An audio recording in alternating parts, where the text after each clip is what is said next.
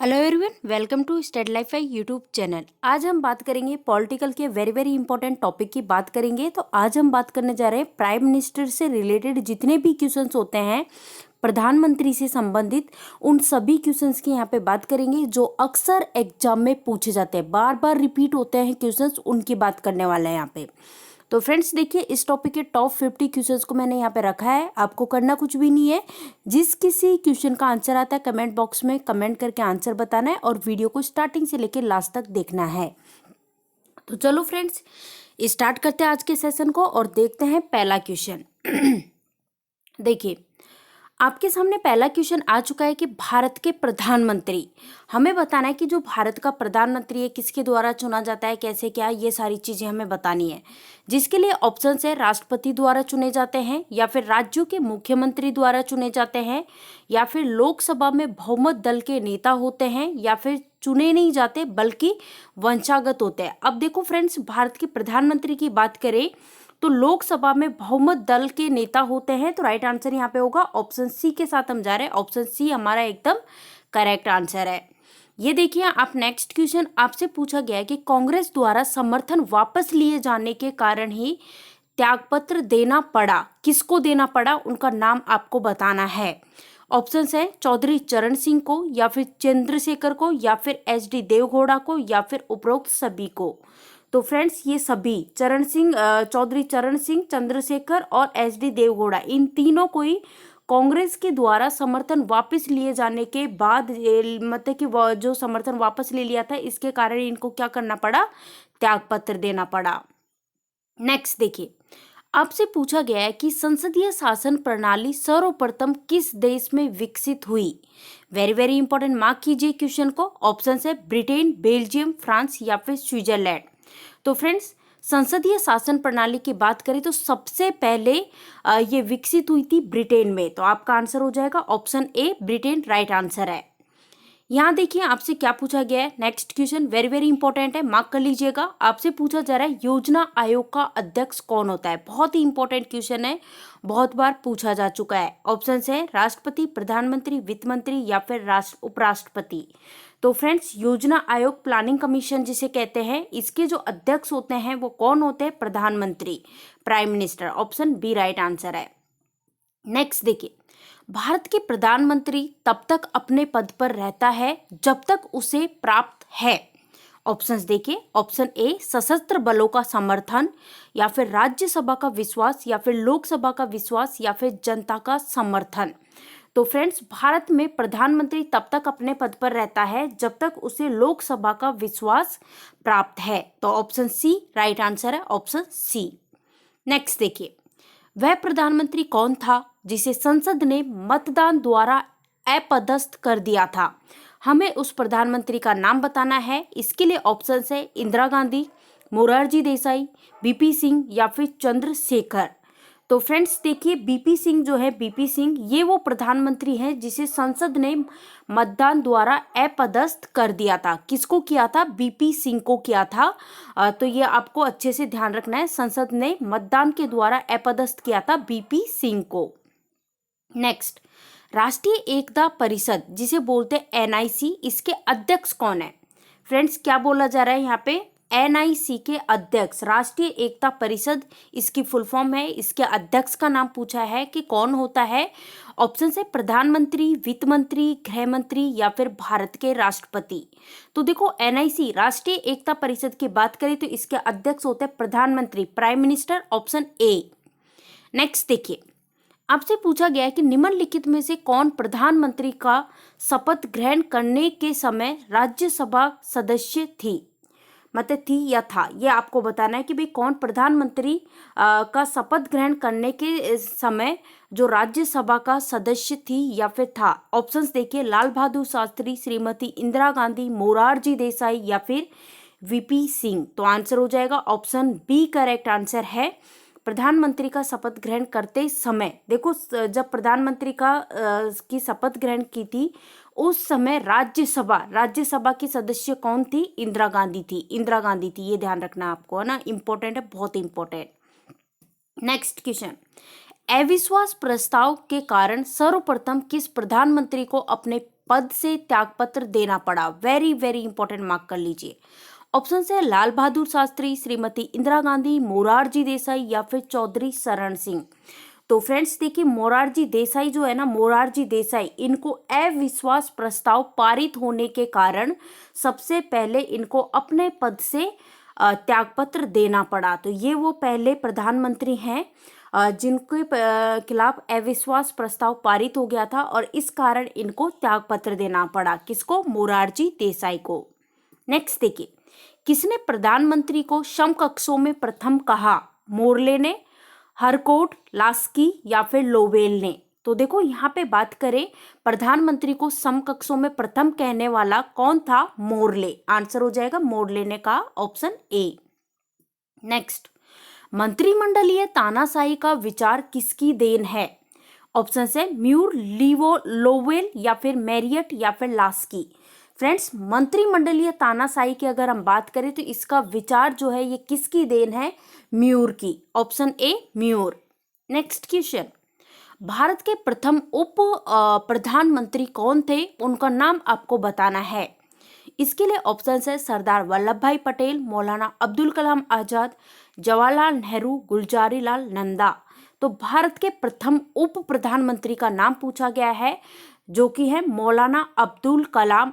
मौलाना अब्दुल कलाम आजाद नहीं, सॉरी, देखो ये चीज मैंने गलत बता दी। ऑप्शन ए राइट आंसर है, सरदार वल्लभ भाई पटेल। सरदार वल्लभ भाई पटेल जो है ये भारत के उप प्रधानमंत्री है, पहले उप प्रधानमंत्री। तो आपसे देखो फर्स्ट वाइस प्राइम मिनिस्टर का पूछा जाए प्रथम उप प्रधानमंत्री का, तो इस केस में हमारा आंसर हो जाएगा सरदार वल्लभ भाई पटेल। नेक्स्ट देखिए, सामूहिक रूप से मंत्रिपरिषद किसके प्रति उत्तरदायी होता है? राष्ट्रपति, प्रधानमंत्री, लोकसभा या फिर संसद? तो सामूहिक रूप से मंत्रिपरिषद की बात करें तो ये लोकसभा के प्रति उत्तरदायी होता है। किसके प्रति? लोकसभा के प्रति। नेक्स्ट देखिए, आपसे पूछा जा रहा है मंत्रिमंडल का गठन कौन करता है? वेरी वेरी इंपॉर्टेंट, मार्क कीजिए। मंत्रिमंडल का गठन पूछा गया है। मंत्रिपरिषद या फिर सिर्फ केंद्रीय मंत्रीगण या फिर केंद्रीय तथा राज्य मंत्रीगण या फिर सभी मंत्री? तो फ्रेंड्स, यहाँ बात करें मंत्रिमंडल के गठन की तो इसका गठन कौन करता है? सिर्फ केंद्रीय मंत्रीगण करते हैं। तो ऑप्शन बी राइट आंसर है। नेक्स्ट देखिए, संघीय मंत्रिपरिषद अपने आचरण के लिए किसके प्रति उत्तरदायी होता है? राष्ट्रपति के प्रति, लोकसभा, राज्यसभा या फिर संसद? तो ये होता है लोकसभा के प्रति। संघीय मंत्रिपरिषद जो है वो अपने आचरण के लिए लोकसभा के प्रति उत्तरदायी होता है। किसके प्रति? लोकसभा के प्रति। नेक्स्ट देखिए, भारत के संविधान के अनुच्छेद नंबर 75, देखो अनुच्छेद 75 3 जो है इसके अनुसार मंत्रिपरिषद निम्नलिखित में से किसके प्रति सामूहिक रूप से जिम्मेदार होता है? राष्ट्रपति, संसद, लोकसभा या फिर राज्यसभा? तो ये होता है लोकसभा के प्रति सामूहिक रूप से जिम्मेदार होता है। तो आंसर हो जाएगा लोकसभा, ऑप्शन सी। नेक्स्ट देखिए, नेक्स्ट क्वेश्चन है आपसे पूछा जा रहा है कि संघीय मंत्रिपरिषद से त्याग जो पद त्याग करने वाला पहला मंत्री कौन था? उनका नाम पूछा गया है। ऑप्शन है सरदार वल्लभ भाई पटेल, आचार्य JB कृपलानी, गोपाल स्वामी अयंगर या फिर श्यामा प्रसाद मुखर्जी? तो संघीय परिषद जो है इसे पद त्याग करने वाला पहला मंत्री पूछा गया है जो कि है श्यामा प्रसाद मुखर्जी। तो ऑप्शन डी राइट आंसर है।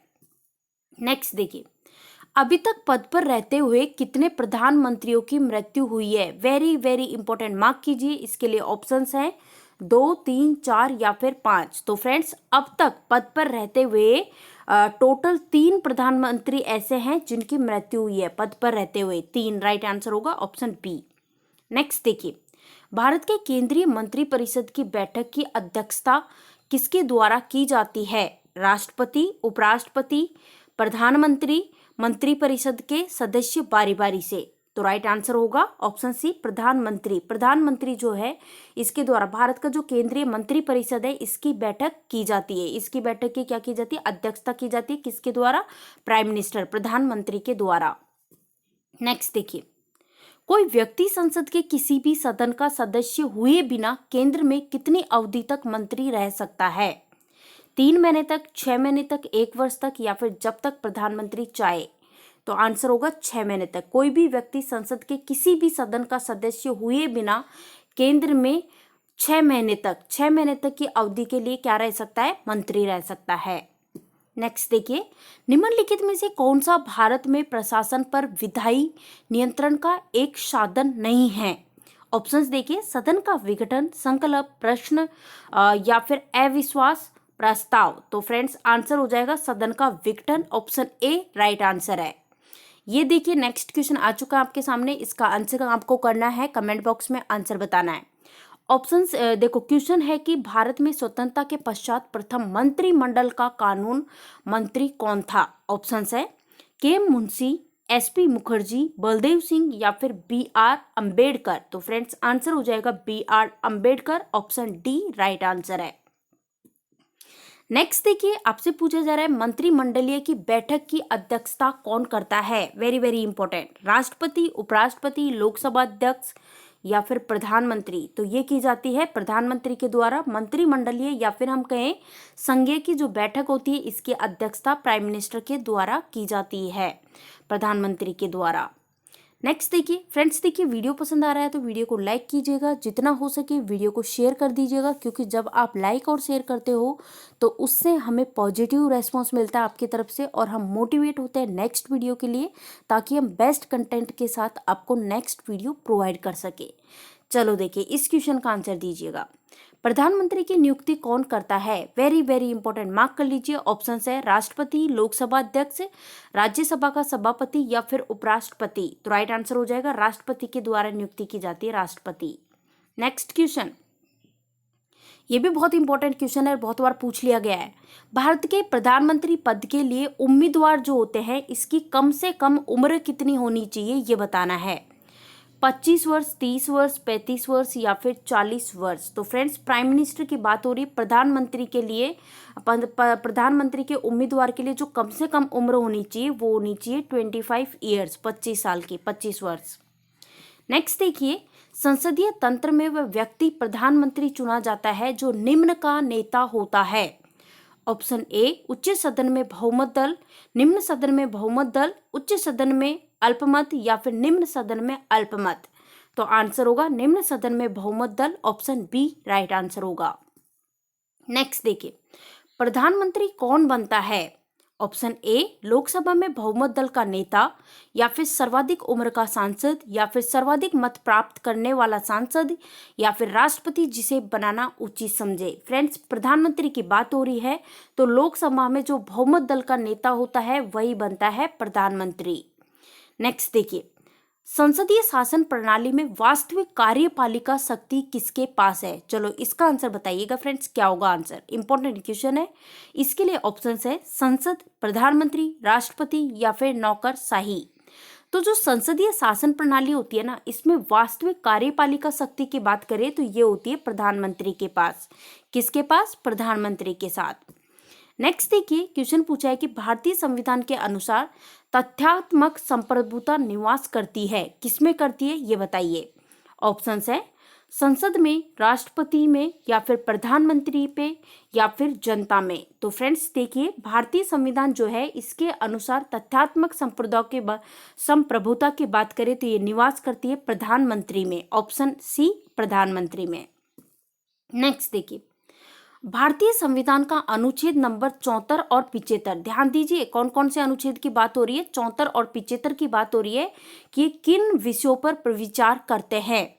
चलो आंसर बताओ, इसका क्या होगा आंसर। इसके लिए ऑप्शंस आपके सामने हैं, मंत्रिपरिषद, लोकसभा के अध्यक्ष, भारत के राष्ट्रपति या फिर मंत्रिमंडल के सदस्य। तो फ्रेंड्स आंसर हो जाएगा मंत्रिपरिषद, राइट आंसर होगा ऑप्शन ए।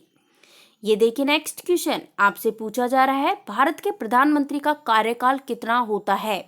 सबसे पहले तो क्वेश्चन को वेरी वेरी इंपॉर्टेंट मार्क कर लीजिए, बहुत बार पूछा जा चुका है क्वेश्चन।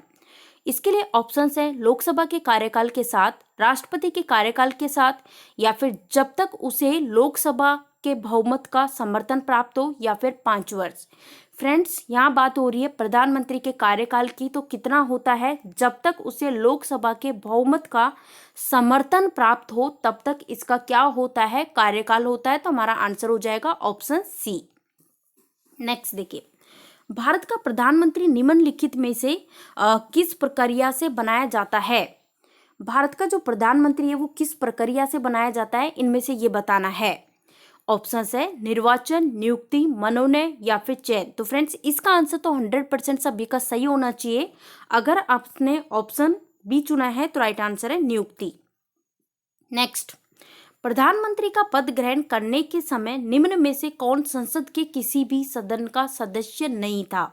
ये बोला सदस्य नहीं था, ये पूछा है। चलो चेक करते हैं एक एक क्वेश्चन को। और देखो ऑप्शन दे रखे हैं यहाँ पे, श्रीमती इंदिरा गांधी, पीवी नरसिम्हा राव, राजीव गांधी या फिर वीपी सिंह। तो फ्रेंड्स आंसर हो जाएगा पीवी नरसिम्हा राव जो है ये प्रधानमंत्री पद इन्होंने ग्रहण किया था। तो ये प्रधानमंत्री पद ग्रहण करने के समय को मतलब कि ये संसद के किसी भी सदन के क्या नहीं थे, सदस्य नहीं थे। तो आंसर हो जाएगा ऑप्शन बी, बाकी सभी सदस्य हैं। ठीक है, नेक्स्ट देखिए, प्रधानमंत्री जो प्राइम मिनिस्टर जो होता है इसका पद ग्रहण करने के समय निम्न में से कौन विधानसभा का सदस्य था? अब देखो यहाँ पे कुछ ऑप्शंस आपके सामने हैं, इनमें से हमें उस प्रधानमंत्री का नाम बताना है जिसने पद ग्रहण करते समय वो विधानसभा का सदस्य था। ऑप्शन है वीपी सिंह, चौधरी चरण सिंह, आई गुलजार या फिर एच डी देवगौड़ा। तो राइट आंसर हो जाएगा एच डी देवगौड़ा जो है ये वो प्रधानमंत्री है, जब इन्होंने पद ग्रहण किया था तो उस समय ये विधानसभा के सदस्य थे, एच डी देवगौड़ा। नेक्स्ट देखिए, किसने मंत्रिमंडलीय पद्धति को राज्य रूपी जहाज का स्टीयरिंग व्हील कहा? लोवेल, म्यूर, मैरियट या फिर बैगहॉट। तो फ्रेंड्स ये कहा म्यूर ने। किसने कहा? Mur, option B. नेक्स्ट देखिए, वह प्रथम प्रधानमंत्री कौन थे जिन्होंने संसद सत्र में उपस्थिति हुए बिना त्यागपत्र दे दिया? उनका नाम आपको बताना है, जिसके लिए ऑप्शंस है मोरारजी देसाई, श्रीमती इंदिरा गांधी, चौधरी चरण सिंह या फिर लाल बहादुर शास्त्री। तो फ्रेंड्स हमारा आंसर हो जाएगा ऑप्शन सी, चौधरी चरण सिंह यहाँ पे राइट आंसर हो जाएगा। वह प्रथम प्रधानमंत्री मतलब कि चौधरी चरण सिंह जो है ये वो प्रथम प्रधानमंत्री थे जिन्होंने संसद सत्र में उपस्थित हुए बिना ही इन्होंने त्यागपत्र दे दिया था।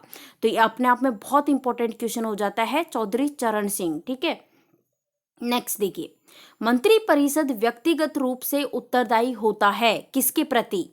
ऑप्शन है राष्ट्रपति के प्रति, प्रधानमंत्री के प्रति, लोकसभा अध्यक्ष के प्रति या फिर संसद के प्रति। तो फ्रेंड्स आंसर हो जाएगा ऑप्शन ए, राइट आंसर हो जाएगा राष्ट्रपति के प्रति। ऑप्शन ए राइट आंसर है। नेक्स्ट देखिए, आपसे पूछा जा रहा है स्वतंत्र भारत के प्रथम गृह मंत्री कौन थे? उनका नाम आपको बताना है, जिसके लिए ऑप्शन है गुलजारी लाल नंदा, जगजीवन राम, सी राजगोपालाचारी या फिर सरदार वल्लभ भाई पटेल।